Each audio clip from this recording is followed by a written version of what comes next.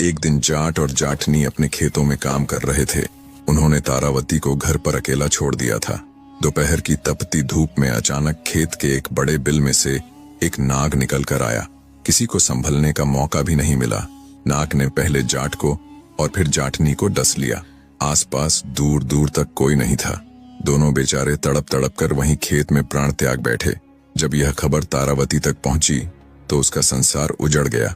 उसने अपने माता पिता के शवों को गले लगाकर खूब रोई, पर अब क्या हो सकता था, होने को यही मंजूर था। अब उसका ध्यान पड़ोसियों ने रखना शुरू किया। पड़ोसी बहुत नेक दिल लोग थे। उन्होंने उसे अपनी बेटी की तरह पाला। धीरे धीरे समय बीता और जब तारावती जवान हुई तो उन्होंने उसकी शादी एक फौजी युवक से कर दी। वह फौजी भी अनाथ था, न माता न पिता। शादी के कुछ ही समय बाद फौजी को ड्यूटी पर जाना पड़ा। तारावती ससुराल में अकेली रह गई। कई महीने बीत गए और जब फौजी छुट्टी पर घर लौटा तो तारा ने उससे कहा, देखो जी, आप तो ड्यूटी पर चले जाते हो और महीनों तक नहीं आते। मेरा यहाँ मन नहीं लगता। क्यों ना मैं अपने मायके चल जाऊं। वहां मेरे पड़ोसी हैं जो मेरे अपने जैसे हैं। समय भी आसानी से कट जाएगा। आप भी वहीं मेरे साथ रह सकते हो। फौजी ने कुछ देर सोचा, फिर मुस्कुराकर बोला, ठीक है, जैसा तुम उचित समझो। तब तारावती ने अपना सारा सामान समेटा और अपने मायके लौट आई। धीरे धीरे यूं ही समय बीतता गया। एक दिन की बात है, तारावती अपनी सखियों के साथ कुएं पर पानी भरने गई। उस समय रहट से ही पानी निकाला जाता था। कुएं की एक ओर ऊंची दीवार बनी थी। उसी दीवार के पीछे एक चोर छिपा बैठा था। वह चुपचाप उन सबकी बातें सुन रहा था। सभी सहेलियां आपस में हंसी मजाक कर रही थीं, अपने घर परिवार की बातें कर रही थीं। कोई अपने पति का जिक्र करती, कोई अपने भाई का।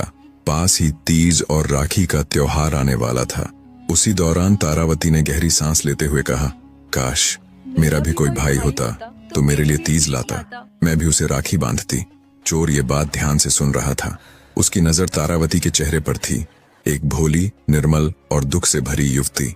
कुछ देर बाद सबने अपने अपने घड़े भरे और घरों की ओर लौट गईं। चोर धीरे धीरे तारावती के पीछे पीछे चला ताकि उसके घर का पता जान सके।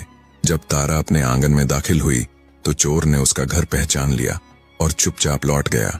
कुछ दिनों बाद वही चोर फिर उस गांव में आया। इस बार उसके हाथों में चावल, चीनी, फल, मिठाई, चूड़ियां और एक सुंदर साड़ी थी। उसने गांव वालों से पूछा, भाई, क्या यहाँ तारावती का घर यही कहीं है? गांव के लोगों ने सोचा कि शायद कोई उसका रिश्तेदार हो। वे बोले, हाँ, उधर सामने वो जो नीम के पेड़ के पास घर है वही तारावती का है।